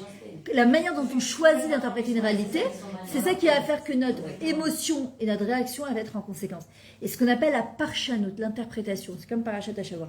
Et on voit qu'Akadosh Baruch Hu dit voilà, tu es dans une réalité aujourd'hui qui ne te convient pas, mariage, gosse, business, avodat Hashem, environnement, ville. Moi, je me rappelle quand j'habitais à Beta, j'habitais 25 ans, c'était une ville super orthodoxe. J'avais dit, ne dis jamais, jamais, je n'habiterai jamais dans cette ville, je me suis retrouvée 25 ans là-bas, donc ne dites jamais, jamais, d'accord? Et je faisais tous les jours pendant 12 ans, 4 heures de route, Netanya, Beta, Tel Aviv. J'en pouvais plus, je me rappelle un jour, je me rappellerai toujours ce jour. Maintenant, on venait de faire des travaux à la maison de folie, j'avais attendu pendant je sais pas combien d'années, je me rappelle, je rentre dans Beta, je rentre comme ça, et j'ai un coup de rasra qui monte comme ça, et je dis à Hachem, ce Rosh Hashanah, je suis à Netanya, c'est terminé. Et c'est moi qui a prié pour toi. Nahon, trop mignonne. Et je me rappelle que c'était 6 mois avant, je rentre, je dis à Shabbat à mon mari et mes enfants, je dis voilà, je vous explique, j'ai pris la décision. En septembre, on passe à Netanya. Ma fille, elle devait se marier, elle me dit t'es pas sérieuse, tu vas pas me laisser, alors comment je restais. Je lui dis c'est tout, je sais que c'est le moment, c'est maintenant. Maintenant, c'est une deuxième aliyah. C'est 25 ans où tu as construit dans une ville, avec tes amis, avec tout, quoi. C'est ta maison, on avait fait un super beau 200 mètres carrés, j'en rêvais cette maison. Et je me dis, c'est maintenant, il faut que ça se passe maintenant. Mon mari me disait pas du tout. Je lui dis écoute, les murs, on les prendra pas avec nous. Par contre, la simra, ce que tu as construit, ce que tu as fait, ça, on le prendra avec nous. Et je me rappelle qu'au début, personne ne voulait. On dit non. Et lors de questions, ma fille qui était en Iloud Aleph, elle me dit non, maman, c'est pas juste, maintenant je viens de changer d'essai. Je leur disais qui m'aime, me suit. Moi, de toute façon, j'y vais. Il y a l'appartement de papy, mamie. Moi, je reste pas un mois en plus à Bétar. La veille, j'ai emménagé une semaine pile avant. Bétar, c'est du côté du boucher de Sion, à côté de Jérusalem. Mais c'est une ville un peu comme Nebrak, tu vois. Ah ouais. Je pouvais plus. Voilà, regarde. Voilà. Alors j'ai beaucoup grandi spirituellement. C'est ça qui m'a permis de donner des cours. Au prochain, je me suis fait un super équilibre. Ça m'a permis d'acheter un appartement. Mais il y a des fois, la vie, c'est pas statique. C'est pas. Parfois, il y a des gens qui mettent leur vie sur pause. Et en fait, mais il faut lâcher le doigt, là. Il va y avoir une crampe, là. Lâche. On remet lecture, là. Hop, hop. Ah non, moi, c'est la même chose jusqu'à. Mais rasera. Et en vrai, tu te posais la question, Johanna, comment on peut savoir? En fait, il y a une espèce, tu vois, voilà. Je me rappelle très bien le jour où je me suis dit, c'est maintenant. C'est maintenant. Quand j'ai acheté ma maison, je me rappelle, c'était pareil. Je n'avais pas 0 shekel. Je parlais très longtemps. Et je me suis dit, c'est maintenant, c'est la veille de Pessah. C'est maintenant. Quand j'ai fait mes travaux, c'était pareil. C'est maintenant. Mais explique-moi. Je ne peux pas t'expliquer. Ça s'explique à la trouchette Bethel, la bina, ce qu'on appelle surtout chez la femme, l'intuition féminine. Bina, c'est un du mot bnia. Bnia, c'est construit. C'est la construction. Celui qui l'étouffe, à un moment, il s'étouffera lui-même. D'accord? Parce que la neshama, elle est là. Et elle nous secoue de l'intérieur. Vas-y, mais donne-moi à manger. Fais ce que tu as à faire. Toi, reste de côté. Ne me fatigue pas. Moi, j'ai ma petite chigra, j'ai mon petit... Et pourquoi vous croyez qu'il y a tellement de balagan avec de Pessah? Il faut tout bouger, tout... Quand je vous ai dit l'echlour, c'est quoi? L'air, l'echa. Sors de toi, l'air, pour aller vers ton yad. L'echa. C'est quoi l'echa? C'est qui moi? C'est qui moi Annie? C'est qui ce modé Annie qui dit tous les matins Moda Annie, les fanecha, menachem et kayam? C'est qui? Annie, c'est qui? C'est qui moi Annie? Quand tu dis à quelqu'un en hébreu où tu vas, comment tu lui dis? Où tu vas? Les ânes. Tu dis pas Efo, tu dis les ânes. Âne, c'est une direction. Quand le matin, on dit Moda Ani, je te remercie Hachem sur quoi? Sur ma direction, sur mon Ani, sur le rôle que je suis venu sur le rôle que tu m'as donné sur terre. Bechem la rabba parce qu'Hachem, tu as confiance en moi. Parce qu'Hachem, tu as confiance en moi. Sinon, il ne me rendrait pas mes schémas. Hachem, il a confiance en moi. Rabbi Nachman, il dit le jour où tu es né, c'est le jour où Dieu a décidé que le monde ne pourrait pas se passer de toi. Elle est trop belle cette phrase. Il faudrait se la placarder sur les murs. Le jour où tu es né. Surtout pas la mettre dans l'autre sens. De quoi?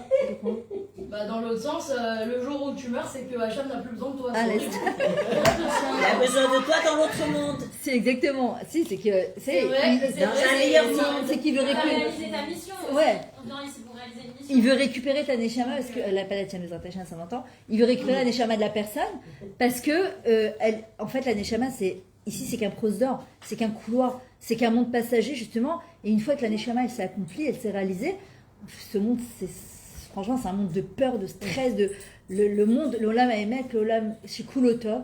C'est là-bas que la neshama elle veut être. Et là elle est en milchama tout le temps, Et c'est pour ça qu'Hachem il fait tellement de balagan avec de Pessah. Il y a tellement de balagan, on bouge tout, on dépoussière tout, parce qu'Hachem il dit chaque mouvement que tu vas faire quand tu vas bouger ton meuble, à l'intérieur il y a quelque chose qui va bouger aussi.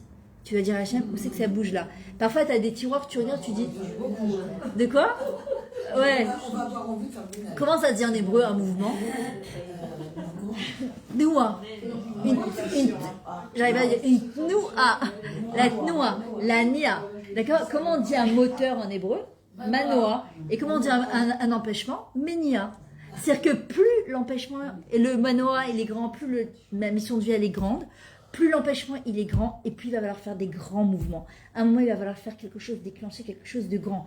D'accord? Alors encore une fois, c'est un processus. Je dis pas du jour au lendemain, vous allez aller chez vos patrons demain, allez bye bye.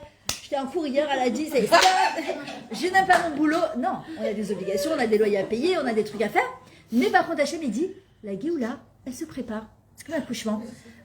C'est pas la bonne femme, elle tombe enceinte, le lendemain elle accouche. Non, il y a 9 mois, et il y a eu les 10 plaies. Et c'est quoi la dernière plaie? Makat Bechorot. C'est juste avant quoi? Makat Rocher. Rocher, c'est l'obscurité. Ils sont dans l'obscurité totale. Et ceux qui ont voulu sortir d'Égypte, ils vont se préparer, ils s'accrochent à Kadesh Barou, ils sortent d'Égypte. Et après, il y a la Makat Bechorot. Le Rav Pinkus, il dit, ne lis pas Makat Bechorot, et là, Bechirot. C'est le moment de choisir. La dernière plaie, c'est le moment où on va devoir choisir. Et Hachem, qu'est-ce qu'il va nous demander de faire? De prendre le sang du korban, de le mettre sur les linteaux. Pourquoi? Qui a Adam ou un nefesh. Parce que le sang, c'est le nefesh de l'homme. Qu'est-ce qu'il dit ce nefesh-là? Qu'est-ce qu'il nous dit? Qu'est-ce qu'il nous parle? On va arriver dans le désert, Midbar, c'est Hachem Medaber.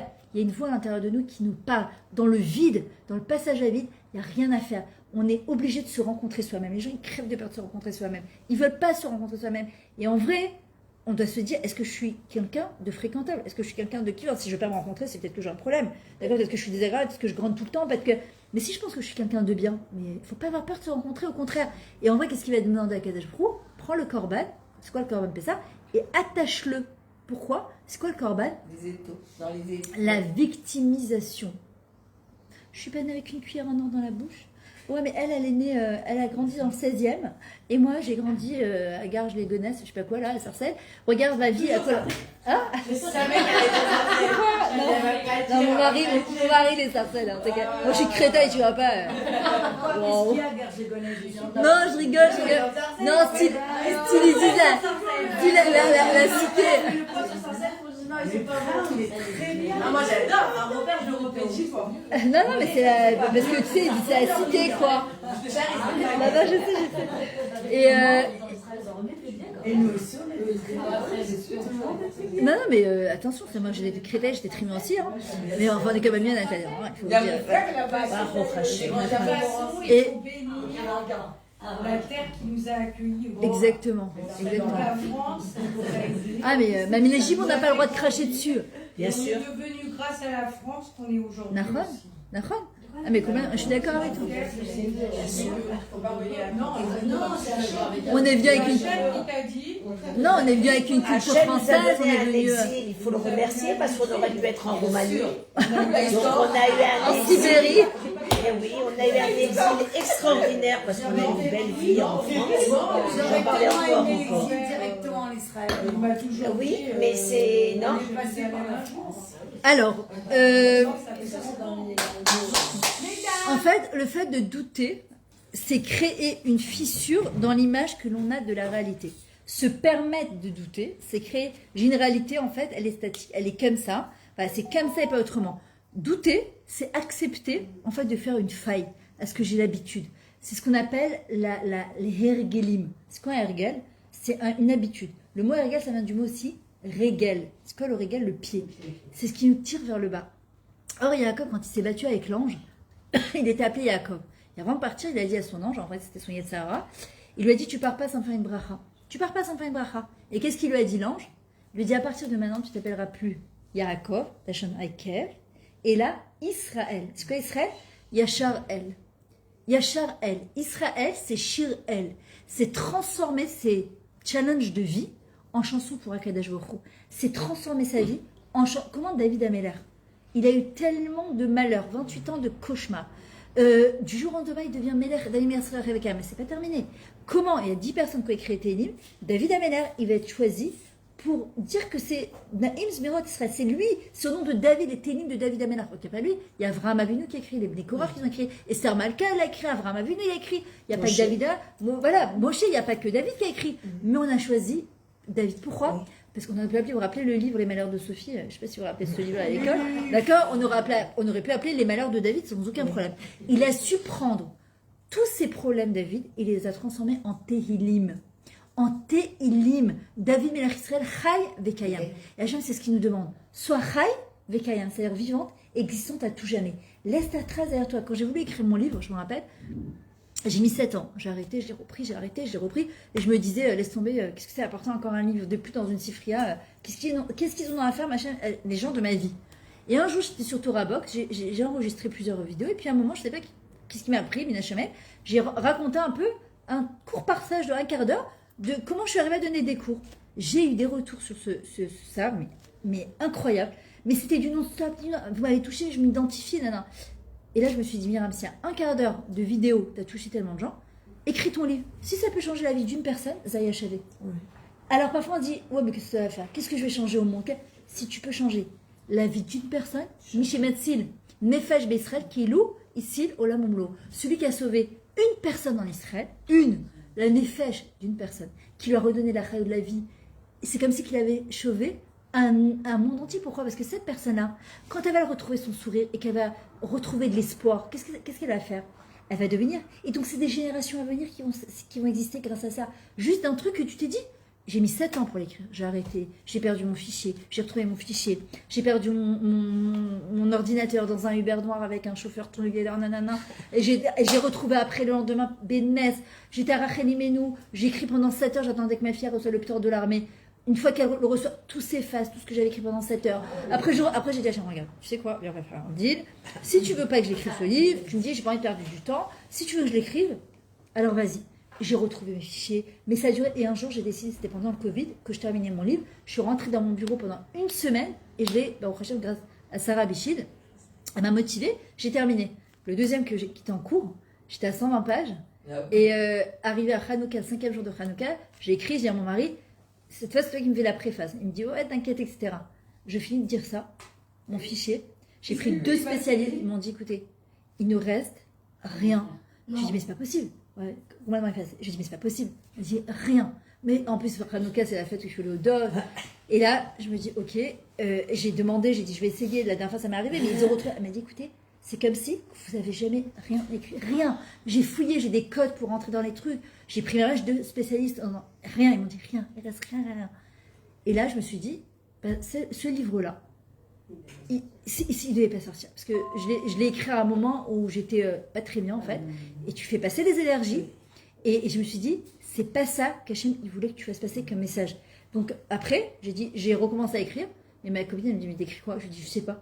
Elle me dit, mais qu'est-ce que tu as? Je lui dis, je sais pas, il faut que je réécrive quelque chose. J'étais frustrée, quoi. Et après, je lui ai dit, non, mais elle a raison, en vrai, parce que si tu sais pas, c'est quoi le message? Là, je savais le message que je voulais faire passer. La Isdaout, l'identification, le Kesher avec Hachem, je lui ai dit, pour toi, Hachem, mon meilleur ami. J'avais un but. Mais là, en fin de compte, j'avais plus de but. Donc, il a fallu que je retire le tir et que je me dis, qu'est-ce que tu veux? Qu'est-ce que j'ai dit? Rectifier, ouais, j'ai dit rectifier le tir, c'est ça? Ouais, il y avait un truc qui se déplace dans les trucs. Non, c'est très bien. Que je rectifie le tir. Je me suis fait absolument que je rectifie le tir. Et en fin de compte, j'ai dit à Hachem, qu'est-ce que tu veux que je fasse passer comme message dans mon deuxième livre? C'est pas qu'est-ce que moi je veux. C'est quoi, si vraiment je dois réécrire encore un deuxième? Parce que les gens ils me disaient alors, parce que j'étais en plein dedans, quoi. Je dis, bah alors, non, alors rien du tout. Et en vrai, aujourd'hui, j'ai un kivoun, Bezrat Hashem, j'ai un kivoun. Bezrat Hashem de réécrire un livre maintenant. Enfin, je sais où je vais aller. Maintenant, quand on doute et qu'on crée une fissure dans l'image que l'on a de la réalité, ça nous permet de vivre. On vit une fois. Dans la même vie, on peut vivre plusieurs vies. Il ne faut pas avoir peur de vivre plusieurs vies dans la même vie. Parce qu'il y a des fois, la vie, elle est faite en plusieurs étapes. L'enfance, le jeune, l'adulte, la personne qui commence à prendre de l'âge et de la sagesse. D'accord? C'est-à-dire qu'on vit plusieurs vies dans une vie. Nous, on croit que la vie, elle devrait être... Ce qu'elle m'a dit ma fille tout à l'heure, la dernière, elle m'a dit, j'aimerais... Parce qu'on entend tellement de divorces, elle a peur. Elle me dit, j'ai envie de me marier, mais j'ai peur. Elle me dit, me marier pour me divorcer après, pourquoi? Elle me dit, j'aimerais que ce soit l'amour de ma vie et je vais mourir avec lui à 120 ans. Et elle a raison, je la comprends. Maintenant, je lui ai dit, elle veille, et c'est ce que je te souhaite, et on doit prier pour ça. Mais il se passe quoi quand, elle a derrière qu'il y a eu des divorces, et des remariages, et des redivorces? On fait quoi? Alors ça, on arrête de vivre? La vie, elle s'est arrêtée? Non.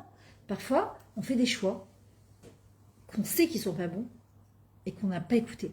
Enfin, ils sont là, et tu dis, Myriam, ne fais pas ça. Myriam, tu te plantes. Myriam, ne fais pas ça. Mais parfois, hop, tu te jettes à l'eau. Parfois, tu te jettes à l'eau et le plongeon il est très haut et puis c'est pas où t'atterris, quoi. Et puis il y a des fois, tu sais que c'est le bon choix. Et parfois, c'est comme à l'école. Parfois, je me rappelle, j'avais la réponse, mais j'avais tellement peur qu'on se moque de moi. Donc je ne vais pas. Et que t'entends, ouais, qu'on se moque ou que le prof il me dise n'importe quoi. Et quand j'entendais la copine, toujours la bonne copine, la surdouée là, qui répondait, et toi t'es là, tu dis purée, je l'avais la réponse. Ouais, mais c'est quoi la différence? Elle a osé, et toi t'as pas osé. Oui. Elle est sûre d'elle, ouais. Oui, mais des fois, on choisit. Confiance en elle. Exactement. Oui, mais des fois, on choisit pas parce qu'on veut choisir. C'est-à-dire? Parce qu'on n'a pas le choix de choisir cette sortie.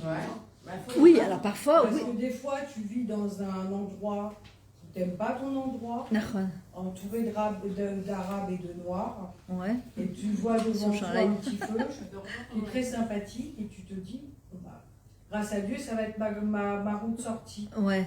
au lieu de traîner avec eux, bah, tu vas avancer un petit peu dans le judaïsme, tu vas connaître autre chose de ta vie. Malgré tout, tu te dis, c'est pas ça. Ce qui va pas, c'est pas ça. Mais c'est plus fort que toi, tu veux avancer pour sortir de là, mais avancer. Mais ça s'appelle une maca. Non, ça tu te trompes pas. Tu ne te trompes pas. C'était aussi une étape de ta vie qui était indispensable pour sortir de là, de ne pas t'assimiler. Et après cette étape, quand tu te rends compte qu'au bout de 50 ans, tu t'es trompé, ça peut être une autre étape pour autre chose, tu comprends? C'est ça le truc, on ne se trompe pas. Hachem, Rabbi Nachman, il dit même dans nos choix qu'on pense ne pas être bon, il ne faut pas oublier qu'Hachem, il est dedans. Il nous met plein de choses à choisir. Parfois, on n'écoute pas ce truc-là. Comme tu dis, je sens qu'il y a quelque chose qui ne va pas, je ne pourrais pas mettre des mots dessus. Mais c'est une sensation, ça ne s'explique pas. On a une sensation que ça ne va pas marcher. D'accord, mais tu te dis, je le fais quand même. Je le fais quand même. Voilà. Alors justement, Hachem, il dit, ne sois pas corban de ça, parce que sinon tu vas rester en Égypte comme le reste du Ham Israël, comme les 4/5e. Accroche justement ce corban. Ouais. Salut Bessalel, ça va? Bonsoir. Je commence à m'inquiéter. J'avais plus de force, je me dis, il va arriver. Non, je rigole. Ah non, je rigole parce que ça, je vais en parler. Tu veux boire quelque chose? Il fait très chaud. De l'eau. Ça y est. Mais ce corban avec des beaux enfants, des petits enfants. Donc en vrai, voilà, comme ça il est arrivé de loin en plus, je vais pas trop m'attarder. Chez toi, je te mets à faire le ménage de ça. Si t'étais en 9e, j'aurais dit ok, mais non, c'est pas le moment.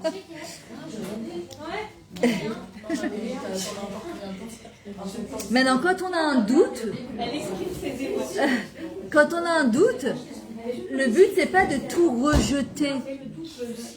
À qui je sers à réfléchir. Mais c'est ça. C'est pas toujours négatif. Ah non, mais c'est ce que j'ai dit, c'est le doute, c'est qu'on a le choix. Parfois on arrive à un sommet, c'est comme parfois tu arrives en voiture et le Waze il marche plus. Tu vois, il est là et il y a des gens qui te klaxonnent derrière, tu vois, mais tu dois aller à droite ou à gauche et tu sais pas quoi faire. Et en vrai, les gens ils te klaxonnent, ça te met de la pression, mais à un moment il faut falloir choisir parce que tu peux pas bloquer le sommet. Voilà. Et parfois, moi ça m'est arrivé une fois, j'ai la maladouine de d'un coup. Maintenant, j'arrive, je passe par les villages de nos cousins là, et d'un coup, j'ai reçu pas mal des trucs, laisse tomber, et d'un coup, mon Waze il s'arrête. Maintenant, il faut que je vienne parce que t'as les villages d'un côté, t'as Maladouine de l'autre, et t'as pas envie de je suis jamais allée là-bas, je savais pas où aller. Et d'un coup, j'ai Hachem, écoute, c'est toi mon Waze, il faut que tu m'aides. Et d'un coup, je me dis, va par là. Et je sais pas, Erchiou, enfin, je sais pas si, j'ai demandé à Hachem, Erchiou, je me suis retrouvée, au Hachem, à la bonne adresse. Et c'est exactement pareil dans la vie. On a un Waze intérieur qui ne trompe pas, qui ne trompe jamais. Et c'est là que je dis, le doute, c'est très bien. C'est vrai qu'on dit que Safek, c'est un Malek, mais le Safek, comment on le tranche? Safek, c'est bien être que Psak. Psak, c'est on va trancher. À un moment, il faut trancher. Mais c'est normal d'avoir du doute. C'est normal. Et par contre, quand on va trancher, pourquoi on dit En Simcha la Katarata Sfeka, que la plus grande des joies, c'est quand on n'a plus de doute. Et le mot Safek, c'est un du mot Sipouk. On aura de la vraie satisfaction. Et Hachem, parfois, il veut que ce soit des choix volontaires que nous avons fait. Parfois, pourquoi les gens vont voir des rabbinim et des babottes et des gourous et des boubous? Je sais pas quoi, parce qu'ils espèrent que les gens vont faire le travail à leur place. Que les gens, ils vont choisir à leur place. Avec une simple bénédiction, tu vas... Non, pas du tout. Hachem, il dit, c'est bien, tu vas rentrer les bénédictions de la terre. Le premier choix... Attends, on avait quand même Moshe Rabbeinu, c'était quand même le manique de l'Israël. Et même Moshe Rabbeinu, c'est pas lui qui a sauté le premier, c'est Narshon. Narshon, c'est la chaîne Nechishut, la détermination. Et en même temps, dans le mot Narshon, on a le mot Nachash. C'est qui le Nachash? Le serpent. C'est le premier qui a mis le doute dans la tête d'Adam et Chava. Donc le même serpent qui va mettre le doute, dans la même chose, si on est déterminé, on peut aller envers et contre ce doute-là. Maintenant, quand on a un doute, encore une fois, le but, c'est pas de tout rejeter d'un coup. C'est pas du jour au lendemain, on base tout. Vas-y. Non, vas-y. Ose, sois courageuse. Allez, vas-y. Comment on sait si on fait le bon choix? Aussi en train de dire, par exemple, on va avoir les rabbinis pour prendre une bracha, pour se lancer, pour ce truc. Mais comment on sait, quand on se lance, si c'est bon ou mauvais pour nous? C'est quoi ton prénom? Leslie. Tu fais une très bonne question. Alors, je donnais un exemple, par exemple. Moi, parfois, j'ai des calottes, quand je leur fais la dracha, la préparation au mariage, j'ai eu le cas de plusieurs calottes qui sont venues. Je les sentais pas du tout. Je sentais pas du tout. Et moi, ça fait 13 ans, 14 ans que je suis madrika de Kala. Je vois tout de suite une Kala qui est épanouie, une Kala qui est pleine de doutes. Maintenant, jamais je dirais une Kala, casse ou reste. Je prendrai jamais la responsabilité d'un truc pareil. Mais par contre, je vais l'amener à se questionner. Parfois, elle me dit, mais je suis partie voir tel Rav, il m'a fait la bracha, c'est ton zivoug. Je crois que c'est le Messilat Yesharim, ou le Maral de Prague, je ne me souviens plus qui dit, personne ne peut dire à quelqu'un, marie-toi ou ne te marie pas. J'ai entendu plein de très très grands rabbinim que tout le monde connaît, qui ont dit marie-toi. Mais en vrai, moi je dis à ma Kala, c'est pas le Rav qui va rester avec ton mari demain, c'est toi. C'est pas le Rav. Maintenant, en général, une Kala quand elle a chez Yesh Safek, c'est En Safek va. Alors, c'est normal d'avoir parfois, j'ai eu des calottes, elles ont eu des doutes à la veille du mariage, parce que ça fait peur, tu t'engages dans quelque chose de nouveau, c'est normal. Mais je reconnais un Safek parce que tu as peur, c'est le nouveau, ou le Safek, c'est pas la bonne personne. Tu vois, une fois, je me rappelle, je lui dis, dis-moi ce qui va ce qui va bien, et dis-moi ce qui va pas. Et elle me dit ce qui va pas, elle me dit, il est très colérique, un peu violent verbalement.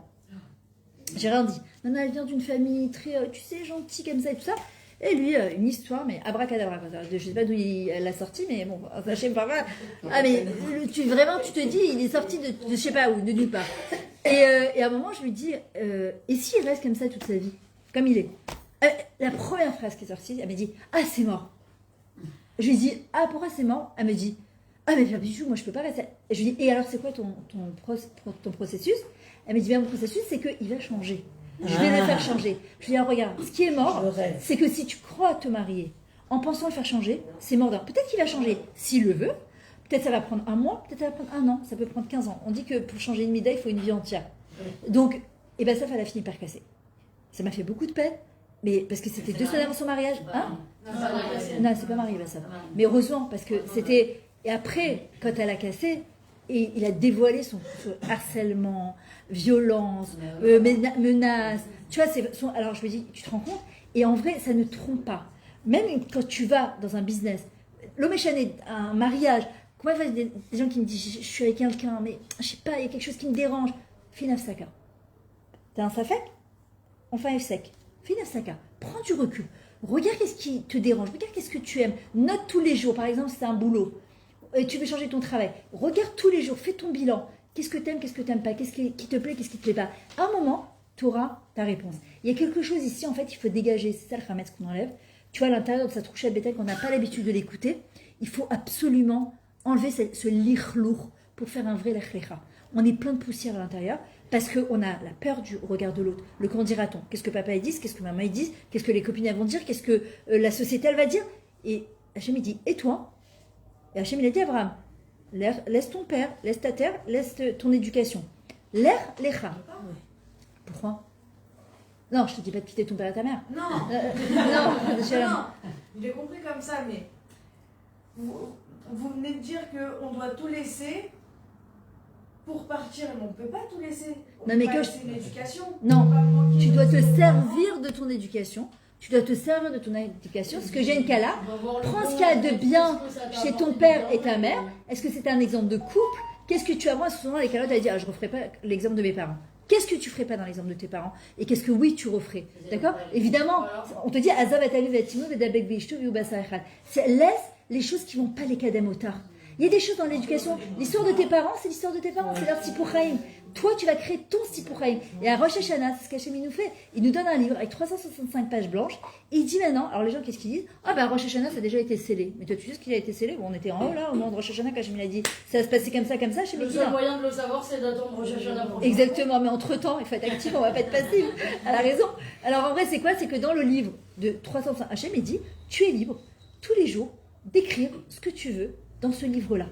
Et d'avancer. Et il y a des gens, toute leur vie, ils sont en doute. Toute leur vie. Et le plus grand... Non mais c'est normal de se poser des questions. Et le plus grand, je pense que pour moi, la plus grande frustration, c'est parfois de te dire, quand tu regardes tes albums, quand tu regardes derrière toi, de te dire, mince, ici j'ai la Isdanout et j'ai pas sauvé la Isdanout.